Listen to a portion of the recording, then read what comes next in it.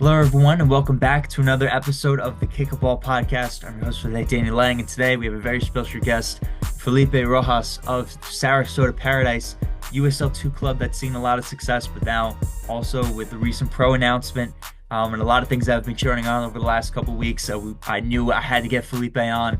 Felipe Rojas, not Ramos. I made that mistake in an email, and that's on me. I will take full responsibility for that. I don't know what the hell happened, and but Felipe Rojas, it's a pleasure to have you here today. Excited to be here, man. Excited to talk to you. And I've been watching your stuff, and it's all really great. And love the passion you have for soccer in general, college soccer, lower league soccer. It's really cool. I appreciate that. And I want to get right into what we've been talking about just a little bit before with the recording. I mean, the last few weeks with Open Cup, the jersey announcements, the announcement to pro, so much of this has been moving so quickly in this club. What does this look like on your perspective? Someone who's been a player but also works on the media side, a bit of the front office work. I mean, you wear many hats in this club. Yeah, it's a really exciting time for the club, for the community in general. I've grown up here my whole life, and the fact that we have a soccer team here, semi-pro now, and then professional in 26 is basically what I've dreamed of ever since I was a kid to have around this area. So the vibes are great. We're really excited for what's to come here. I mean, so. I think, and I heard Marcus Wilfredson, who was talking a lot about the movement of going to a semi-pro team in USL2 that provides an outlet for a lot of the college player and younger players as well. But he's talked about in other interviews about, well, okay, you could see the first year and the second year, and everyone likes new stuff. Everyone likes new stuff that comes up around the area, especially Sarasota, where you've got a good mix of a younger population in the surrounding area, but also a lot of older folks who, have maybe they've grown up in soccer a lot of their lives, and also the state of Florida and how huge that's been for soccer. But the third year is really where you get to evaluate, well, where is this continued interest? Who are going to be these passionate fans and move forward?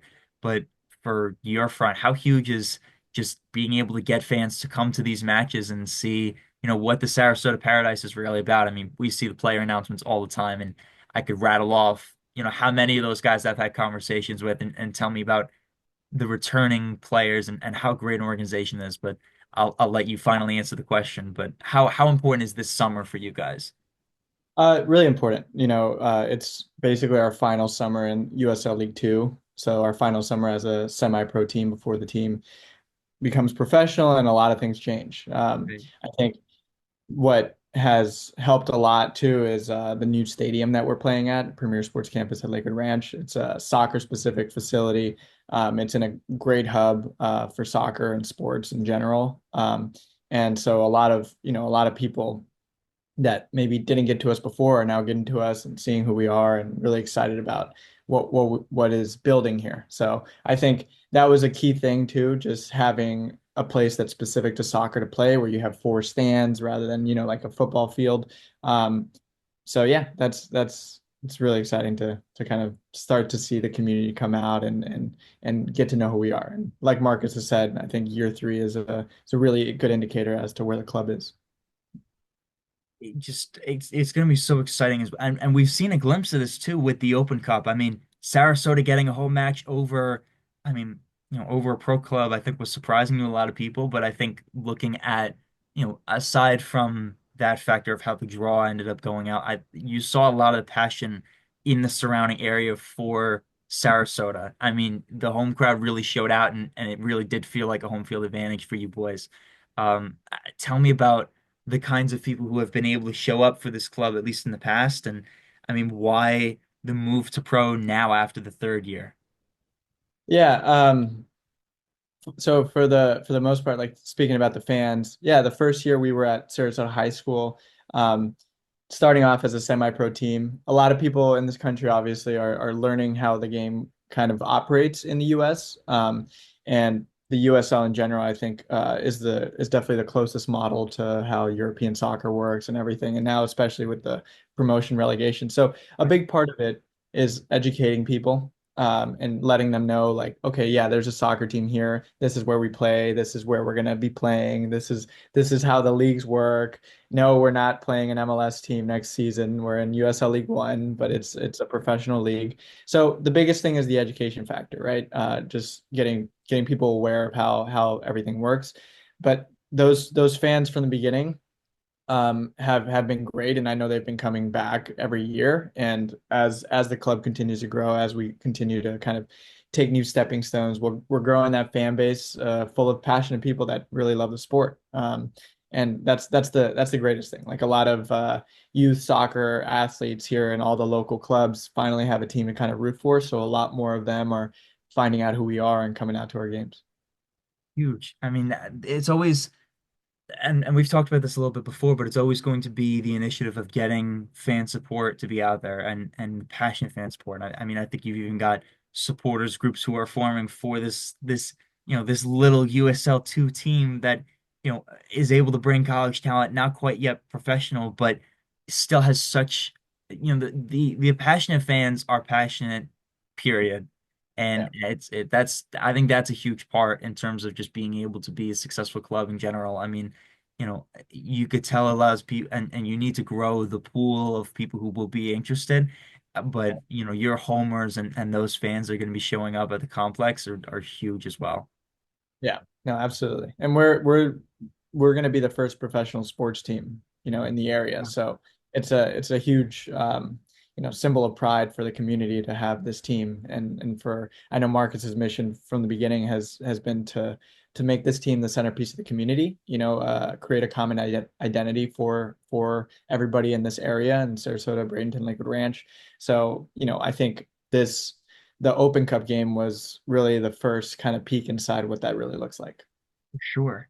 And another thing you mentioned though too was promotion and relegation. I mean, the new vote that now on top of the announcement for being pro that within the next few years, so launching in 2026 with Sarasota, and then I mean, they say by 2028, but promotion relegation, you guys very easily could be playing a single season and then right into promotion relegation. Let's say it was 27 where it hit. I mean, does that change certain things for you guys on a logistical end, how you plan out certain things? I mean, I imagine a lot of this still is just rolling with the punches and sticking to the plan, but I mean, give me your thoughts on it as well, if you wouldn't mind.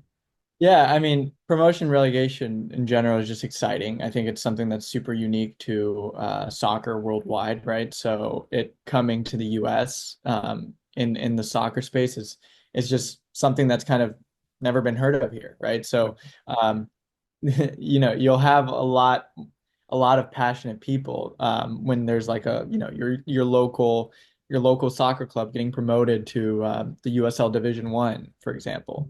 That's going to be huge for the community, and I think that's the most exciting thing is like this soccer culture that everybody always sees online or on TV, watching the Premier League games, watching La Liga, whatever it is, or in South America. That's going to be coming here, especially with promotion relegation. So I think as the sport continues to grow, as we start to kind of change the dynamics of how it operates in this country, it's just we're in a renaissance, a soccer renaissance right now, and so we're all here for it. Paradise is all here for it. And what's so different about the system now, at least in the United States, is that, like you talked about, alluding to what you talked about, this is Sarasota's first, not only professional soccer team, this is the first professional team in Sarasota, Florida. But looking at other nations like England, for example, and you've got just in the Premier League, what, six or seven clubs that represent London, Yeah. and is London red or blue, between Chelsea and that entire conversation, or I mean that debate, I guess is a better word for it, but a promotion for Sarasota, which I imagine is not going to be too far away. I mean, if whoever's doing the recruiting for Sarasota gets some of the best college players that I mean, and I'm not just saying this because I know a lot of them, but I mean, bringing in guys like Elias and Seth and Leighton Imparato and Kai and James. I'm missing some of them, and I'm going to hear it from them after the interview releases. But um, getting back to that area, this is a club that will represent the entire city of Sarasota when a promotion to championship or a promotion to Division One ends up coming up. I mean, what is that going to mean to this city, hypothetically a few years down the line, but what will it mean for a team that has established and been grassroots for the city for a while now? Right. Yeah, it's all part of the journey of the club. I think this summer season, the USL League Two season, is a good kind of stepping stone in that direction. As you know, coming off of the Open Cup and then having a great summer season with these players, and then the big thing that I know Marcus has highlighted is that it's an opportunity for a couple players from this semi-pro USL League Two roster to basically be, in contention for a professional spot on the pro team in 26. So for a lot of these college players that are coming to play with us now in USL League Two, given that it's mostly a a league for college players, I think it's a huge opportunity for them if they're trying to play professional, that this summer is really a chance for them to showcase themselves in that way. So, and then to your question about what this would mean for Sarasota, I think, yeah, once we go into League One and we're, competing, and then you have something to compete for because, you want to win the whole thing, and then that might mean promotion into the USL Championship. I think that's just going to ignite further passion in the community, and we're really excited for all that. And I'm excited just listening to you. I mean, I haven't been along this journey nearly as long as you have, and I want to get into a little bit of how you got involved with the club. I know you're a USL2 player yourself, and yeah, I don't want to spoil too much of your own story, but there are going to be a few things that people are surprised about. Um, but yeah, I mean, I'm just fascinated about, the way that this club has been able to create a staple in its community, but then is also moving quick enough to, okay, now that's a professional organization. And then now these matches, we're going to be able to bring professional players in who have either been staples in League One, making a way down from making their way from Championship or potentially Division One to be able to represent Sarasota on a bit. I mean, there are only so many ways I could say it. Right. Yeah, Yeah. but I guess where I want to leave this though too is I want to get into the background of your own footballing journey. I mean it's been a longer one, even I mean how old are you? You're 23, 24 years old. 26. I'm Yeah. 26. Yeah, I am. Okay, sure. I don't believe you, but sure. How in your 26 years, yeah, I mean, I would love to hear your first memories of growing up in soccer, and then, really where this has left you now. I'll throw in a few questions at the end, but I want to leave this time for you to, tell us everything so we can know Felipe Rojas, to the fullest extent. Yeah, absolutely. Yeah, I'm 26. I'm definitely kind of pushing it on the whole soccer front. I say that to like my older friends, and they're like, You're 26." Right. Like, but yeah, like as an athlete, you're definitely pushing it. But I'm excited for the journey to come, and whatever that means for me as a player. Like I'm just happy that I'm part of this in some way and growing the sport in my community. But back to my whole journey. I moved here from Colombia when I was 5 years old. Colombia is in South America, so not now South Carolina, but Right. South America. So it's a big soccer country, right? And there's a lot of passionate fans. We're very passionate about our national team. So these things that my dad kind of left me with was that, and he always loved Barcelona, and so I grew up watching Barcelona. I grew up watching a young Messi play, left-footed player. I'm also a left-footed player, aspiring to be this great player like him. So yeah, I just kind of went up through all the different soccer clubs in Sarasota. Played at Sarasota Storm when it existed, FC Sarasota, Braden River, now Florida Premier.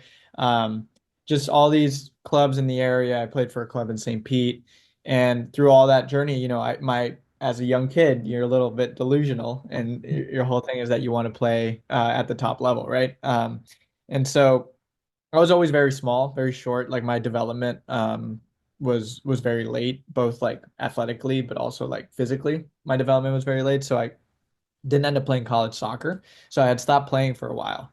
And then that was kind of like the for a moment there, it was like the end of the dream kind of thing, and it was like, okay, I'm gonna go figure out something else, figure out how to go be something else, whatever it is. So Sure. I ended up going to UCF and studying environmental engineering there. And yeah, I didn't play any college soccer. I definitely was interested in it. Was thinking about like trying out and all that stuff, but it just never kind of materialized.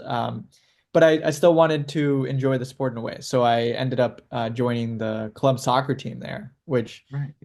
I recommend for anybody that maybe isn't playing like, D1 college soccer, join your local club soccer team because you make, a lot of great friends there. And I'm actually going to see a lot of them probably tomorrow because we have an alumni game. So, Very nice. yeah. So yeah, yeah, I have a lot of great memories with the club team. Kind of got into it, saw that it had a lot of like holes and needed to kind of grow in a different way.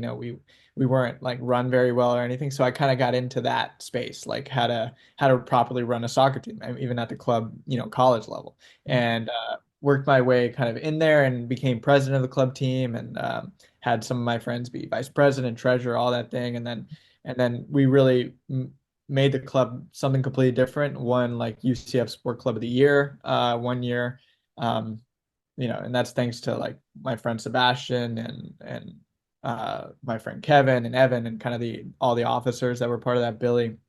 So yeah, we we grew the club there at UCF into something that it wasn't, right?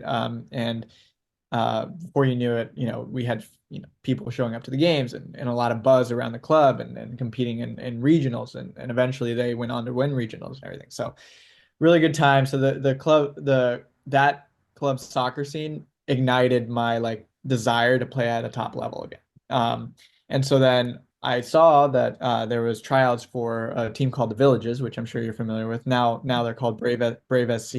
No. Um, and coached by Anderson De Silva, great guy, great coach. And so I tried out for that team and I made that team and started playing with them.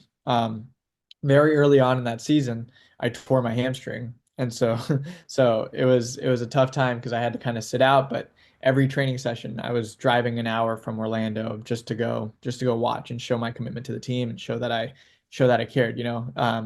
Especially because it was a very good team, and it still is a very good team.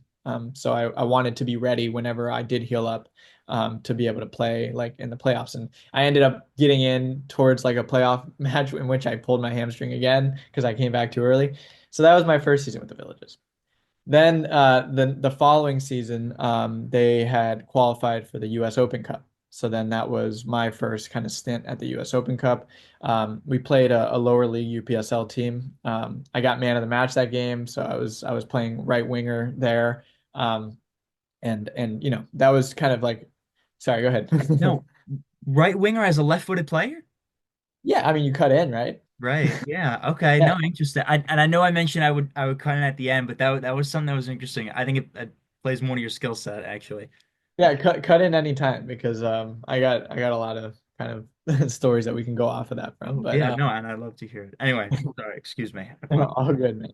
So yeah, so I played with the Villages in the U.S. Open Cup, and then we ended up playing the Rowdies at Ao Lang, which was kind of at the time like the pinnacle of like where I was like, okay, this is the pinnacle of where I'm gonna be, I guess. But we got destroyed. We lost 6-0, but it's like how do you compete against a protein that's already been training for months, and then not only training for months but also you yourself as the Villages have only compiled a, a decent amount of players over like 2 weeks to compete against a professional championship team. It's near impossible, right? Especially playing away at Al Lang. But regardless, it was a good opportunity. It was a fun time, good crowd and everything. So to play in front of that many people was cool. And then that leads me to the following season with the Villages. Um, we ended up playing some friendlies kind of mid-year against Hertha Berlin at IMG, the Bundesliga team, St. Louis City 2, um, and that was around like December, kind of leading into the following season. I ended up breaking my foot leading up to the second USL League Two season. Mm. So now, granted, I still have not played a League Two season. I've been 2 years with the Villages, Brave SC, but still have not played a League Two season. So that was tough. I broke my fifth metatarsal, and it was definitely a long recovery time. Definitely one of those times that you start to doubt like whether or not you should come back to play. Like maybe this is a sign, whatever it is. So that season ended, and then uh, the I saw online that this guy Marcus was taking, these videos around Sarasota talking about that he was going to start a soccer team there. So Mhm. obviously that was very intriguing, given that my entire young life was growing up in Sarasota. To hear that somebody's coming here to bring soccer here was, like amazing. And USL League Two, a league that I was already in, so I said I have to play on this team.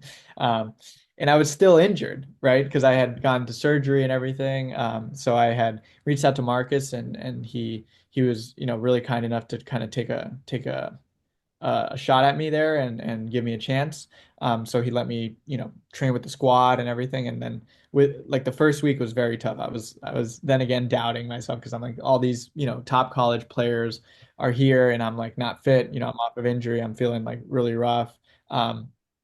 But pretty quickly into it, you start to get fit, and you start to kind of be on par. And so that was in 2023. That was the inaugural season. Do you have any questions? I just want to make sure I'm not. No, yeah. I mean, I'm still, for those who didn't catch it, Felipe never played college soccer, but was still able to compete at the college level of a lot of these other guys. That was the part that was just ridiculous to me. Like the fact that you were able to compete against other guys, still being injured for a lot, well, for certain um points in this USL2 journey though too. But it again, it speaks to your resilience. But that's all that's all I have had to add, excuse me, to add right now at this point.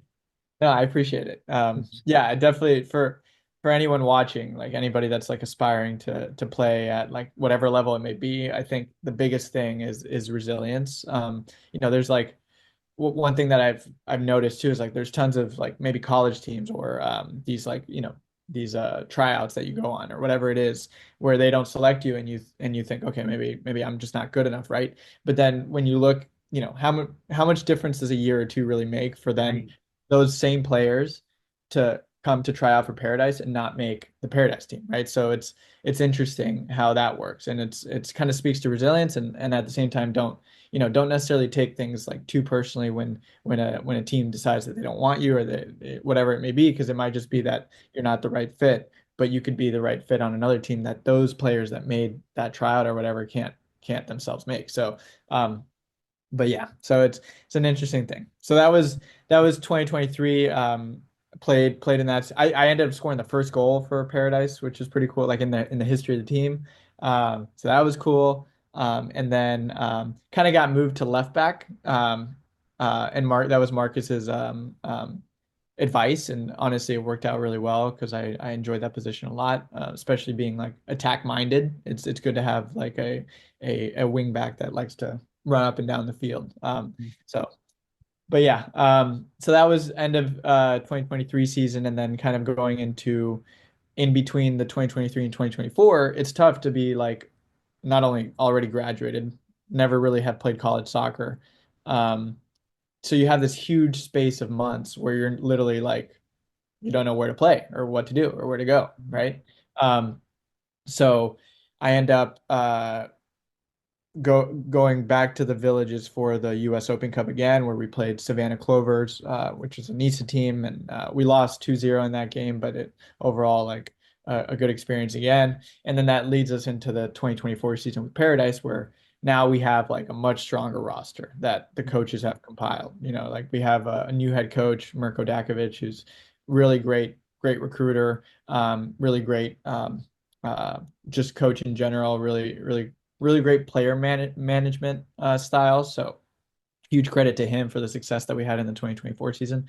But we ended up winning the South Florida Division Championship then, and then lost in playoffs to Villages, the Brave SC. So the team that I used to play for. So yeah, overall a very very kind of up and down journey for my personal like playing career. But yeah, just kind of resilience is the biggest thing from that. Yeah, huge. and I mean, aside from the fact that you are, I mean, I would consider you a club legend.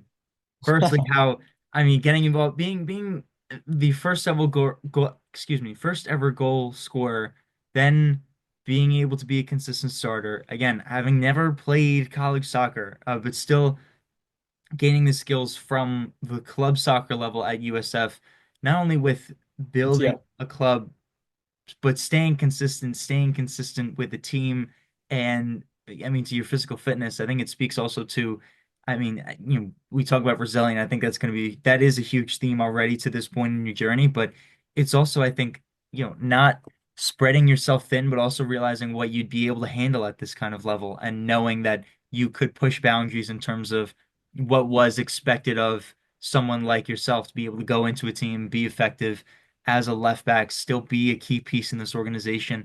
Um, and then even now, the role that you're able to play on the business side. Tell me about what that transition is like being in another sector of this club and having a say in the marketing, being able to go do these man on the street conversations and being in front of the camera too. Yeah, it was like definitely an unexpected thing because when my first season with the Paradise, not only did Marcus give me a chance to play on the team, but then he was like, "Hey, do you want to kind of head our marketing, and be the marketing coordinator?" And so, I said, "Sure." I had Right. some, photography experience. Obviously, the club soccer thing really helped me kind of like run a team and run like the content creation and all the marketing stuff for that team. So I think it was actually like a good fit, despite me maybe not having the marketing experience, right? So like for a League Two club, I think we've done a really good job in our marketing. So yeah, huge like shift in kind of what my plans were, right? So ended up since 2023 being the marketing coordinator for the club and kind of coming up with the content and what we're putting out there on the digital media space and then how we're really translating that to getting fans over to the stadium and everything. So it's been good. It's been really exciting because then this kind of has allowed me to kind of prolong my soccer playing career for as long as I can while I'm kind of making the transition into working in sports and marketing, I guess. So, yeah. No, and I almost think it's I mean, and this being from someone who also never played college soccer, I make it very apparent if anyone was still confused on that for whatever reason. But whatever, okay, I'm trying to set up a joke here. But I think this experience with having the playing day, but then also, I mean, the fact that this is an expansion team and there's so many other moving parts into it, as opposed if you were someone that was going into a club that had been established for 5, 6, 7 years before and doing the same kind of thing, whether it be going right into marketing and having that experience, it's almost more, no, not almost, but it's more groundbreaking to be able to be a part of an expansion team on the side. So I guess my next question on this would be, what has it been like generally? I mean, when first, if you're allowed to tell me, when did you first hear the conversations of, okay, Sarasota may be going pro next year, or and what those little bits of it may look like, but you know, also how your role would be increased both on the pitch and off in terms of getting the name out there, getting fans to show up, knowing where this team is going to be able to be played. Um, you know, I mean, really, what's it look like over the last calendar year? Yeah, yeah, for a while, we'd kind of that was always the goal, right? To kind of Got it. bring professional soccer here. So it was always like something that was kind of an unspoken thing, Okay, right? got So it. so as we were kind of moving closer to that direction, and then it happened, it was like, yeah, it was like now the real work starts, right? So then getting out into the community, my role has kind of become a little more like in person now that were we had the Open Cup and Right. all these big things going on in the season and everything, and so now everything's a lot more like the standard is a lot higher, so we brought in more people that have raised the standard of the club and overall helping us move in that direction. So yeah, the last year was definitely a big shift into what needs to be done for these things and to getting it done. So I've definitely been working a lot more. But I truly enjoy it, and truly enjoy kind of being out in the community that I've grown up in, and like telling, uh, families about the local team here, and then seeing them at the game cheering us on. So it's been a huge last year and last quarter. Right. I mean, it's just something that you can't, and I don't want to speak for you on this, but this is just from me looking from afar, but just seems like something that you can't put down where you've got and I'm put down I'm using in like you can't you catch this bug of man Sarasota we've now got this timeline 2026 this is gonna be our year I mean the next what 12 months now I mean we're gonna be seeing the start of this club really being able to have their first home games I mean I'll tell you Westchester had their first home game for the Open Cup and it was about 3 weeks earlier than they expected. April 27th is their first home game that they'll have against Rhode Island FC. But you guys are going to be getting a home game right out the stretch, playing this beautiful weather. What would I can't imagine the USL thinking any differently of wanting to, give the fans what they want right away. I mean, getting that home game right in the beginning of the season. But, um, you know, how with mentally staying involved with this team, how do you make sure that you keep continuing to put 100% into this club every day, waking up, trying to come up with new ideas for content, new ways to be able to, further outreach with this team. Yeah, I give a lot of credit to the people that I work with, and kind of pushing me in the right direction and where we need to go, and then also allowing me to kind of come up with my own kind of ideas as to what we can do. So I think that's important is to have like a good team around you, both on the field and off the field. And then overall, I have it's my community, so it's like the motivate. You don't need much motivation because it's my community. It's I want there to be, thousands of fans at every game. I want us to sell out. I want us to be the centerpiece of the community, just like Marcus always says. So, yeah, it's not that hard when you have all these motivations. And another thing too that's going to be coming up to that I think will further um people wanting to come out and watch these matches is what's going to be this budding rivalry between you guys and the team down in Naples across oh geez what's forgive me the highway is it 75 Yeah, it's 75. right I Yeah. mean, what we saw a glimpse of it with the Open Cup, but what do you think this could end up be brewing into? I think it's going to be one of the best rivalries in League One coming right out of the gate. I'll tell you that. No, yeah, we call it the battle for paradise. So, Oh, okay, perfect. Well, then because they we'll get right on the phone with the league and we'll get that going right now. Oh my gosh, it's awesome. Yeah, because they use a lot of Paradise in their branding, and obviously we're the Sarasota Paradise, so it's Right. and their stadium is the Paradise Sports Complex. We're at Premier Sports Campus, so it's like all these like very Yeah. similarities. So it's perfect for a rivalry in the Battle for Paradise. But yeah, that U.S. Open Cup game. I mean, we had breaking attendance for us, 2,248 people that came out to support us. So it was. Yeah, it was a good glimpse into what it'll be. The game itself was crazy game from like missed penalty kick in like the 78th to Naples scoring like shortly after that, and then us scoring in like the 87th, I think. Crowd went wild, and then Naples scoring in like the 94th. It was just a crazy last like 12 minutes. So I think yeah, that was the perfect segue into what will be a rivalry and a very strong rivalry here. You couldn't script it any better, it seems like. And I know the result didn't, go the way that you guys anticipated, but the way that I'm looking at this is that it's not going against the standings for you guys. And it's something that I think still did everything that was supposed to. You got a huge fan base to be able to come out and support this club. You had an exciting finish. Other than getting that win in that first match, I think this was, about as storybook as this club could get. I think this is a huge thing for lower league soccer in terms of in Florida on 75. No, yeah, absolutely. And one thing I'll speak to too, like huge credit to obviously Marcus and the coaching staff for getting a team together that competed really well against the pro team because a lot of these guys that were on that roster I played with since I was a kid.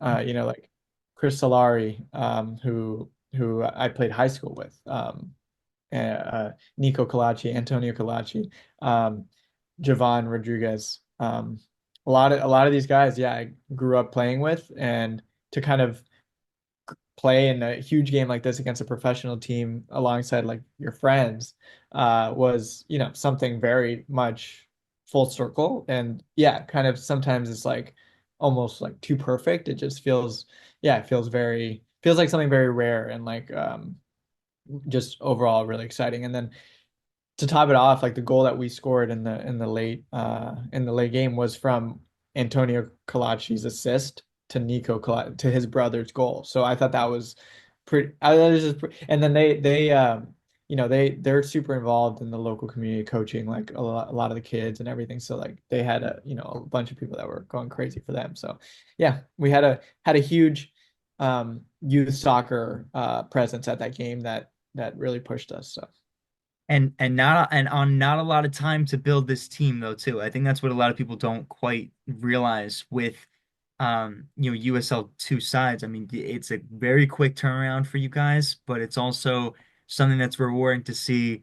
I mean, look, I think even with the USL2 team that you guys are building, I think it's a closer game that we're closer than it already was. But look, I mean, I think Sarasota might win that game. I'll go on record saying that, taking this USL2 team, the kind of guys, those college boys.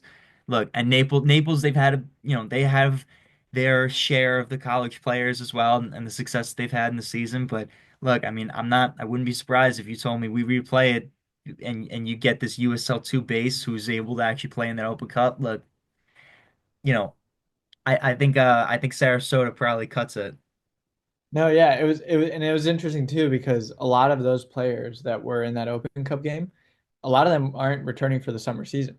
So it was actually like a lot of guys that were, my age, or slightly younger, slightly older, right? So it was like these kind of, yeah, these older guys that have played for a while, maybe not even at the professional level, but have always wanted to play professional to kind of show, the world, the community where they're at against a pro team. I think everybody really showcased themselves well. And Naples is going to be a phenomenal team to be able to work with to build up this battle for paradise, rivalry. I mean, I've gotten to talk with head coach Matt Poland. I know a few of the guys that are on the squad, a lot of people in social media, marketing, and just great people to be able to work with. I'll leave that on that note. No, they're great. They're definitely they sold out their first game. They have a good community presence, so they're gonna be definitely a team that we look at and like nod our head to, and then try to beat on the field, right? And that I think is the best kind of relationship because there still is that competitive bite your head off feel from both of these clubs on the pitch, but there still is the exactly like you're saying though. Okay, I Yeah, see there's that kind of that's the best. Ugh. Yeah, I mean, I'm trying to think. Is What else do you think has brought you the feeling from this club? I mean, I know it's no secret that you've been named a captain multiple seasons for this team. I think 24 and this upcoming season in 25. we haven't decided that yet for the That's on 25. me. Excuse me. I Definitely, apologize. no, But okay, but definitely for the 24 season. yes. We do Um, we did a vote last year, and it kind of like ended up being me. So I'm whatever the team thinks is the best thing, or whatever coach or whatever. I'm good with it. but it speaks, I think, so much more to your role as this club, not just as an older dude who's been around, but someone who's still impactful to the success of the club, both on and off the pitch, and someone who I think you will always be a pillar of this club. And I know, Brave FC may not want to hear that from me, to be honest, based on the amount of time you've been able to play with the summer leagues there. But I think it's no question that you're a pillar to Sarasota's success. You know, the duality, of course, of you being a player and on the marketing side, but the fact that you've been named the captain by your peers, I think says a lot about your character. Um, but Appreciate that. of course, and the role that you've been able to play during the summers. Yeah, I keep talking about this in circles, but what has that added to your impact on the pitch for this club? Yeah, working in kind of the front office and being able to play is definitely like a unique thing. And it's been challenging at times, but going to the field and then looking around and seeing all the fans and seeing like how your work on the front office side and the work of your teammates and everything on the front office side has Mm. contributed to this. It's definitely a special feeling, and I'm grateful I get to kind of have that. So yeah. So have you ever thought about, and this is just me speaking out loud because I know this is what we've seen it from, but I think the only thing that you haven't touched so far with this club is coaching. Yeah, have you ever thought about getting some of these light? Has that ever been something that you thought about at least later on in your career? Maybe it's back with Sarasota, or maybe it's with some of the youth teams, or yeah, I mean, and again, this is just me speaking out loud, but you with so many other areas that you've dipped into this club, the natural question is, where's coaching in your head? I did coach before, like youth soccer around the area. It's great. I love it. Maybe it's something that I end up doing, but it's not necessarily the thing that like I'm like, okay, I need to go Right. coach. You know what I mean? Like I really enjoy playing, and I really enjoy kind of what I do, my role with the club. So well, if that changes one day, then it'll. I appreciate you entertaining the question, Felipe. I know Yeah. we're going a little bit, just making sure we're catching all our bases. But as we move further into the summer, I mean, home matches are going to be coming up. We're only a few weeks out from the start of the USL2 season. How are you staying fit and how are you preparing for this upcoming summer? Again, crucial for the following March, but as more guys start to finish up their spring season, tell me about some of the report dates for you guys and the first match so we can just get this out here on a recording as well. Yeah, absolutely. So training will start on May 5th. So all the players will start arriving around then, and then our first game is on May 17th at home, Premier Sports Campus. So, we're almost there. And I know that everybody that's like part of the roster is already being fit and getting ready to go. So we're excited to get started. Yeah, huge. Um, Well, Felipe, I mean, I think we've covered a lot about the team, your own personal successes that you've had. I mean, I I don't know if there are many other more intriguing stories other than yourself. I mean, coming from a background of being able to build up teams now in the front office, I know I keep talking about it, but it's just something that I've never really seen before. I think it's so exceptional. But tell me about some of the other people that you've been able to work with, at least in the front office. I mean, who, just highlighting really all facets of this club. Who are the people that you're working most closely with and that you've been able to develop great work relationships with? Yeah, I think the Marcus really is the reason for all of this. He's a very ambitious guy and really a visionary and kind of like all the stuff that all the stuff that he's been saying from the very beginning. It's like he says it and then you don't really know if that's where this is going to go, and then you look, a few years later and you're like, this is exactly what he's been saying since the very beginning. And so I think obviously a huge kind of inspiration for me personally, but also anybody that kind of works at the club to kind of see the ambition and the vision that he has for the community and for this club and its place in the community. I think it's something to aspire to. So I think he's a huge part of this. And then obviously like the team, the coaching staff and the people that the day-to-day people that you encounter and you talk to that are part of this club. And as the club is growing, we're adding those people as well.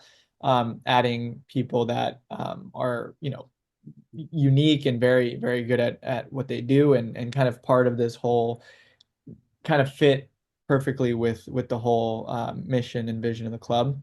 So yeah, just overall really great people, and excited to kind of continue to grow the people that I work with, the people that I see, the people that are part of this club.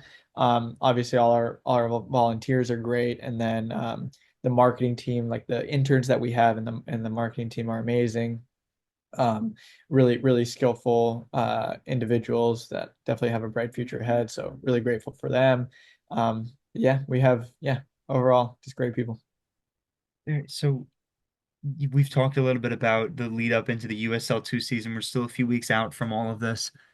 With the work that you're continuing to do on multiple fronts. Tell me, I mean, what does the work look like right now, and what can we be expecting for the summer season, just as my last question before we close out? Yeah, the work is, getting continuing to get the word out there and building off of the US Open Cup game, which was a huge success. And you know, we gave people a reason to come back. So that definitely helps, but continuing to push through and getting the word out about the club, um, uh, talking about it, and then obviously building a strong product on the field, I think is crucial, and all of that will come together for a really memorable USL League Two season, especially right before the big 2026 USL League One pro game. And then if for anybody that's like looking to buy season tickets or anything, you go to sarasotaparadise.us to get your season tickets, and then that gives you first priority to select your seat for 2026. So Nice, good information to know. Look, if I wasn't stuck up in New York for most of this year, I would be making sure that I could actually get everything all together. But we'll uh, fly you down here. oh my gosh, look, and I'll cover half. I'll make sure I got to put my I'm gonna make sure I come up with the right amount. I don't want to be cheap for you guys. Um, but if it's something that we actually end up coordinating.